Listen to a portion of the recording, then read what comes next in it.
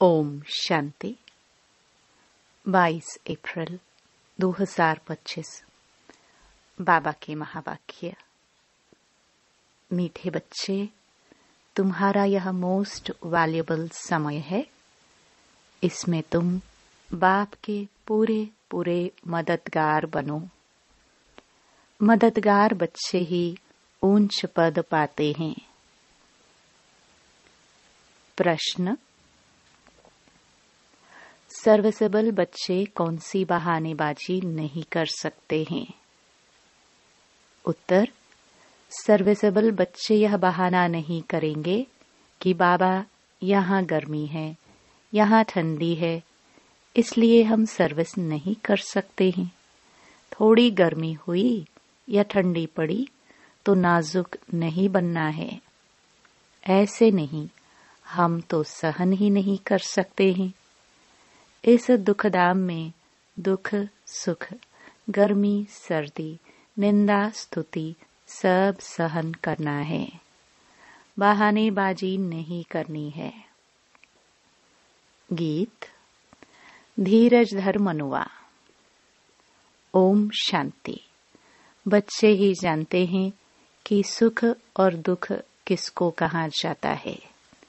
इस जीवन में सुख कब मिलता है और दुख कब मिलता है, सो सिर्फ तुम ब्राह्मण ही नंबरवार पुरुषार्थ अनुसार जानते हो। यह है ही दुख की दुनिया। इनमें थोड़े टाइम के लिए दुख सुख स्तुति निंदा सब कुछ सहन करना पड़ता है। इन सब से पार होना है। कोई को थोड़ी गर्मी लगती तो कहते हम ठंडी में रहे। अब बच्चों को तो गर्मी में अथवा ठंडी में सर्विस करनी है ना। इस समय यह थोड़ा बहुत दुख भी हो तो नई बात नहीं। यह है ही दुखधाम। अब तुम बच्चों को सुखधाम में जाने लिए पूरा पुरुषार्थ करना है। यह तो तुम्हारा मोस्ट वैल्यूएबल समय है। इसमें बहाना चल न सके। बाबा सर्विसेबल बच्चों के लिए कहते हैं, जो सर्विस जानते ही नहीं वह तो कोई काम के नहीं। यहाँ बाप आए हैं भारत को तो क्या विश्व को सुखधाम बनाने। तो ब्राह्मण बच्चों को ही बाप का मददगार बनना है। बाप आया हुआ है तो उनकी मत पर चलना चाहिए। भारत जो स्वर्ग था सो अब नरक है, उनको फिर स्वर्ग बनाना है। यह भी अब मालूम पड़ा है। सतयुग में इन पवित्र राजाओं का राज्य था, बहुत सुखी थे। फिर अपवित्र राजाएं भी बनते हैं। ईश्वर अर्थ दान पुण्य करने से तो उनको भी ताकत मिलती है। अभी तो है ही प्रजा का राज्य, लेकिन यह कोई भारत की सेवा नहीं कर सकते। भारत की अथवा दुनिया की सेवा तो एक बेहद का बाप ही करते हैं। अब बाप बच्चों को कहते हैं, मीठे बच्चे अब हमारे साथ मददगार बनो। कितना प्यार से समझाते हैं। देही अभिमानी बच्चे समझते हैं। देह अभिमानी क्या मदद कर सकेंगे, क्योंकि माया की जंजीरों में फंसे हुए हैं। अब बाप ने डायरेक्शन दिया है कि सबको माया की जंजीरों से, गुरुओं की जंजीरों से छुड़ाओ। तुम्हारा धंधा ही यह है। बाप कहते हैं, मेरे जो अच्छे मददगार बनेंगे पद भी वह पाएंगे। बाप खुद सम्मुख कहते हैं, मैं जो हूँ जैसा हूँ, साधारण होने के कारण मुझे पूरा नहीं जानते हैं। बाप हमको विश्व का मालिक बनाते हैं, यह नहीं जानते। यह लक्ष्मी नारायण विश्व के मालिक थे, यह भी किसको पता नहीं है। अभी तुम समझते हो कि कैसे इन्होंने राज्य पाया, फिर कैसे गवाया। मनुष्यों की तो बिल्कुल ही तुच्छ बुद्धि है। अब बाप आए हैं सबकी बुद्धि का ताला खोलने, पत्थर बुद्धि से पारस बुद्धि बनाने।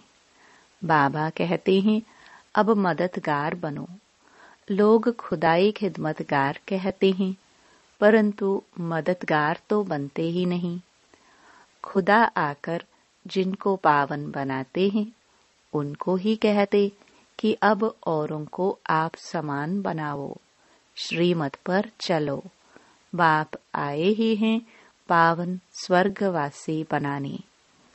तुम ब्राह्मण बच्चे जानते हो, यह है मृत्यु लोक।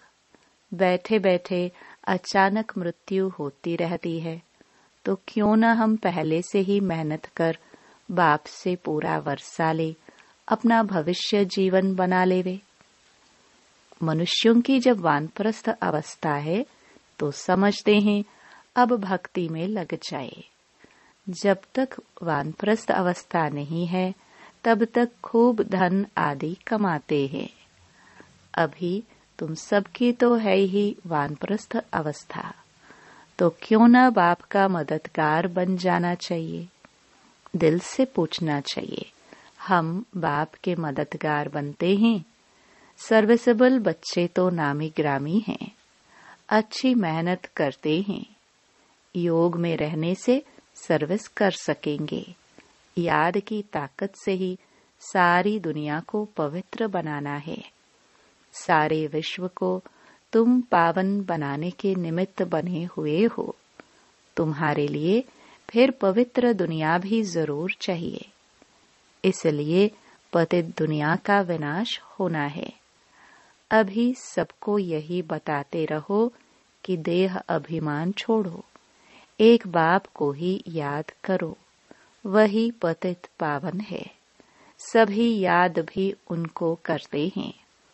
साधु संत आदि सब अंगुली से ऐसे इशारा करते हैं कि परमात्मा एक है, वही सबको सुख देने वाला है। ईश्वर अथवा परमात्मा कह देते हैं, परंतु उनको जानते कोई भी नहीं। कोई गणेश को, कोई हनुमान को, कोई अपने गुरु को याद करते रहते हैं। अब तुम जानते हो, वह सब है भक्ति मार्ग के। भक्ति मार्ग भी आधा कल्प चलना है। बड़े बड़े ऋषि मुनि सब नेति नेति करते आए हैं। रचता और रचना को हम नहीं जानते।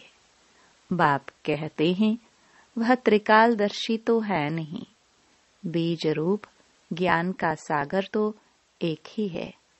वह आते भी है भारत में। शिव जयंती भी मनाते हैं और गीता जयंती भी मनाते हैं, तो कृष्ण को याद करते हैं। शिव को तो जानते नहीं।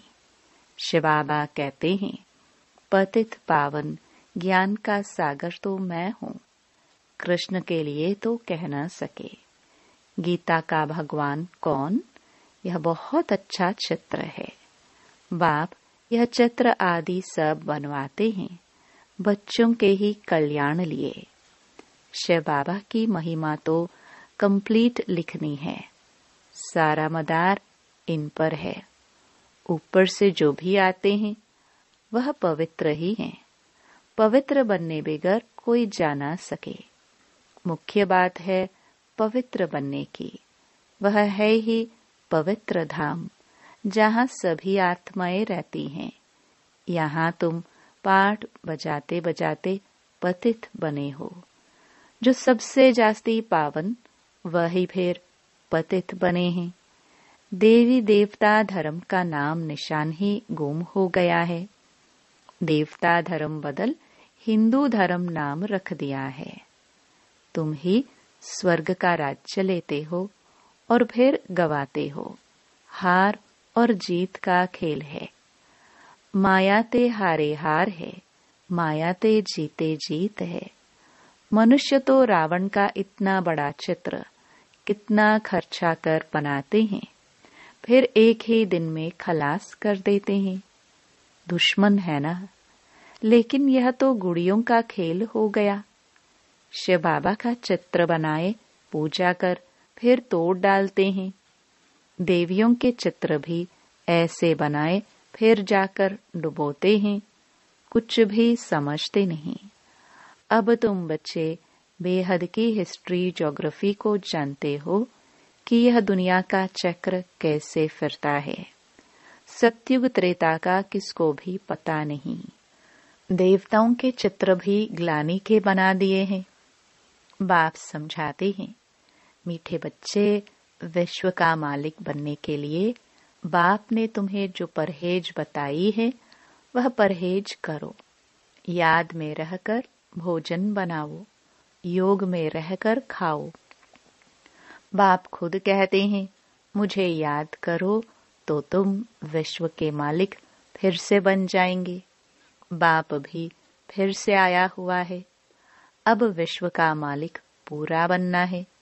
Follow father mother. सिर्फ फादर तो हो नहीं सकता।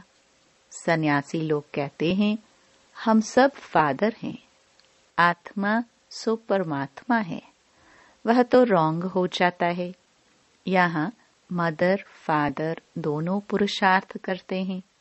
फॉलो मदर फादर, यह अक्षर भी यहाँ के हैं।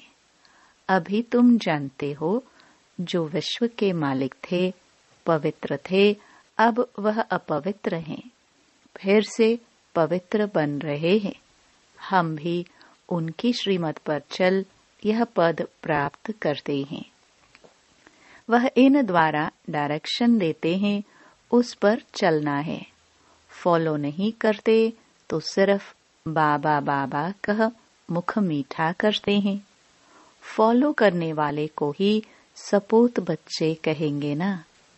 जानते हो, मम्मा बाबा को फॉलो करने से हम राजाई में जाएंगे। यह समझ की बात है। बाप सिर्फ कहते हैं, मुझे याद करो तो विक्रम विनाश हो। बस, और कोई को भी यह समझाओ, तुम कैसे 84 जन्म लेते लेते अपवित्र बने हो। अब फिर पवित्र बनना है। जितना याद करेंगे तो पवित्र होते जाएंगे। बहुत याद करने वाले ही नई दुनिया में पहले पहले आएंगे। फिर औरों को भी आप समान बनाना है। प्रदर्शनी में बाबा मम्मा समझाने लिए जा नहीं सकते। बाहर से कोई बड़ा आदमी आता है तो कितने ढेर मनुष्य जाते हैं उनको देखने के लिए कि यह कौन आया है। यह तो कितना गुप्त है। बाप कहते हैं, मैं इस ब्रह्मा तन से बोलता हूँ। मैं ही इस बच्चे का रिस्पॉन्सिबल हूँ। तुम हमेशा समझो, शिव बाबा बोलते हैं, वह पढ़ाते हैं। तुमको शिव बाबा को ही देखना है, इनको नहीं देखना है। अपने को आत्मा समझो और परमात्मा बाप को याद करो। हम आत्मा है। आत्मा में सारा पाठ भरा हुआ है। यह नॉलेज बुद्धि में चक्कर लगानी चाहिए। सिर्फ दुनियावी बातें ही बुद्धि में होंगी तो गोया कुछ नहीं जानते, बिल्कुल ही बदतर हैं। परंतु ऐसे ऐसे का भी कल्याण तो करना ही है। स्वर्ग में तो जाएंगे, परंतु ऊंच पद नहीं।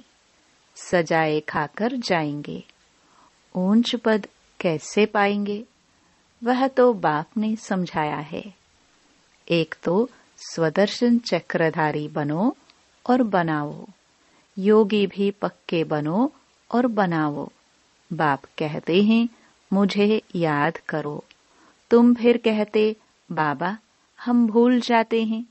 लज्जा नहीं आती? बहुत हैं जो सच बताते नहीं हैं, भूलते बहुत हैं।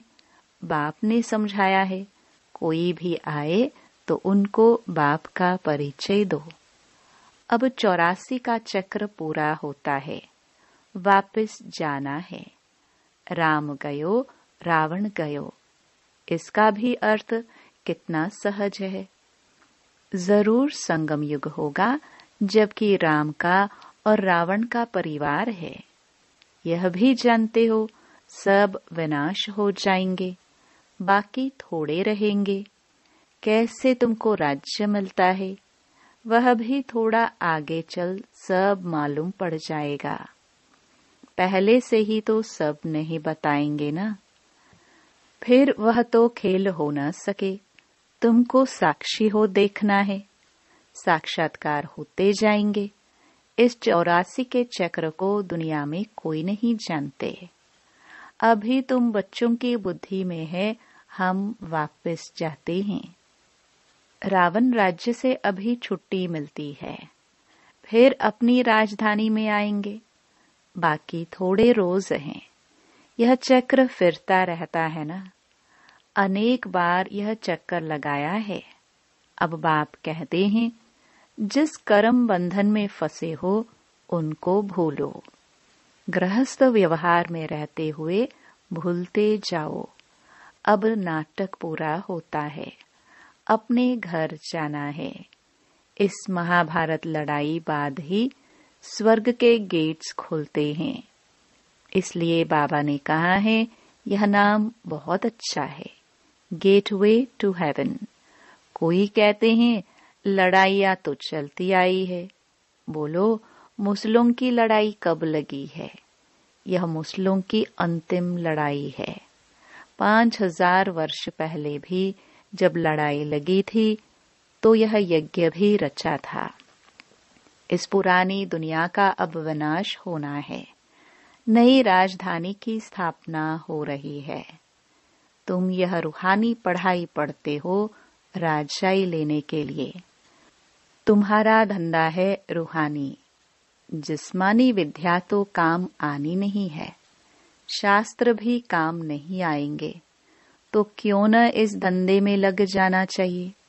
बाप तो विश्व का मालिक बनाते हैं।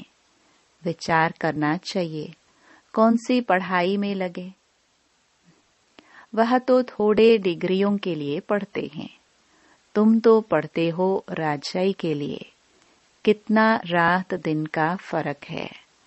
वह पढ़ाई पढ़ने से भुगरे चने भी मिलेंगे या नहीं पता थोड़ी है। किसका शरीर छूट जाए तो भुगरे भी गए। यह कमाई तो साथ चलने की है, मौत तो सिर पर खड़ा है। पहले हम अपनी पूरी कमाई कर लेवे। यह कमाई करते करते दुनिया ही विनाश हो जानी है। तुम्हारी पढ़ाई पूरी होगी तब ही विनाश होगा। तुम जानते हो, जो भी मनुष्य मात्र हैं उनकी मुट्ठी में है भुगरे, उसको ही बंदर मिसल पकड़ बैठे हैं। अब तुम रत्न ले रहे हो। इन भुगरों चनों से ममत्व छोड़ो। जब अच्छी रीति समझते हैं तब भुगरों की मुट्ठी को छोड़ते हैं। यह तो सब खाक हो जाना है। अच्छा, मीठे मीठे सिखिलदे बच्चों प्रति माता पिता बाप दादा का याद प्यार और गुड मॉर्निंग। रूहानी बाप की रूहानी बच्चों को नमस्ते। धारणा के लिए मुख्य सार। पहला, रूहानी पढ़ाई पढ़नी और पढ़ानी है। अविनाशी ज्ञान रत्नों से अपनी मुट्ठी भरनी है। चनों के पीछे समय नहीं गवाना है। दूसरा, अब नाटक पूरा होता है, इसलिए स्वयं को कर्म बंधनों से मुक्त करना है। स्वदर्शन चक्रधारी बनना और बनाना है। मदर फादर को फॉलो कर राजाई पद का अधिकारी बनना है। वरदान। संकल्प को भी चेक कर व्यर्थ के खाते को समाप्त करने वाले श्रेष्ठ सेवाधारी भव। श्रेष्ठ सेवाधारी वह है जिसका हर संकल्प पावरफुल हो। एक भी संकल्प कहाँ भी व्यर्थ न जाए, क्योंकि सेवाधारी अर्थात विश्व की स्टेज पर एक्ट करने वाले। सारी विश्व आपको कॉपी करती है। यदि आपने एक संकल्प व्यर्थ किया तो सिर्फ अपने प्रति नहीं किया, लेकिन अनेकों के निमित्त बन गए। इसलिए अब व्यर्थ के खाते को समाप्त कर श्रेष्ठ सेवाधारी बनो। स्लोगन: सेवा के वायुमंडल के साथ बेहद के वैराग्य वृत्ति का वायुमंडल बनाओ।